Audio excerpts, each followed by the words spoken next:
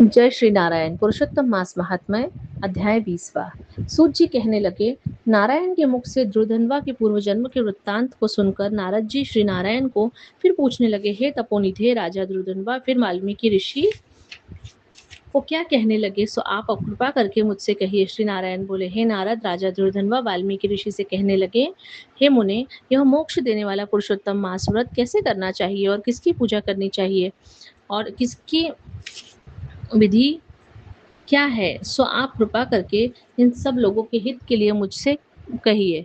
वाल्मीकि मुनि बोले, हे राजन, ब्रह्म मुहूर्त में उठकर ईश्वर का चिंतन कर शौचाती जाए, फिर स्नान प्राणायाम करके संध्या वंदन करे, जब तक सूर्य का दर्शन न हो गायत्री का जाप करते रहे और फिर सूर्य मंत्रों से सूर्य को अर्घ्य देवे और सायंकाल अपने पैरों तथा भूमि को नमस्कार करे, फिर यश स्मृत्या इस मंत्र से प्रार्थना करे।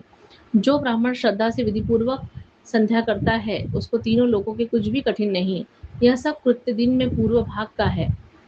इस प्रकार नित्य कर्म करके हरि का पूजन आरंभ करे। फिर स्त्री पुरुष शुद्ध हो, वाणी को एकाग्र करके शुद्ध गोल व चौकोर गोबर से लिपी हुई भूमि पर व्रत सिद्धि के लिए चावलों से 8 दल वाला कमल बनाए। फिर स्वर्ण, चांदी अथवा तांबे या मिट्टी का नवीन छिद्र रहित शुद्ध कलश उस मंडल के ऊपर स्थापित करे। फिर उस कलश में तीर्थ का जल भर दे। इस प्रकार कलश स्थापन कर उसमें सब तीर्थों का आह्वान करे। गंगा, गोदावरी, कावेरी, सरस्वती, मेरी शांति के लिए, पापों का नाश करने के लिए आओ।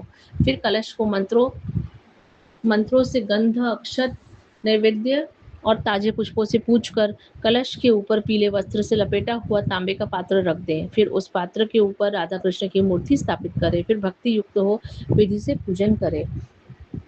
20वां अध्याय समाप्त।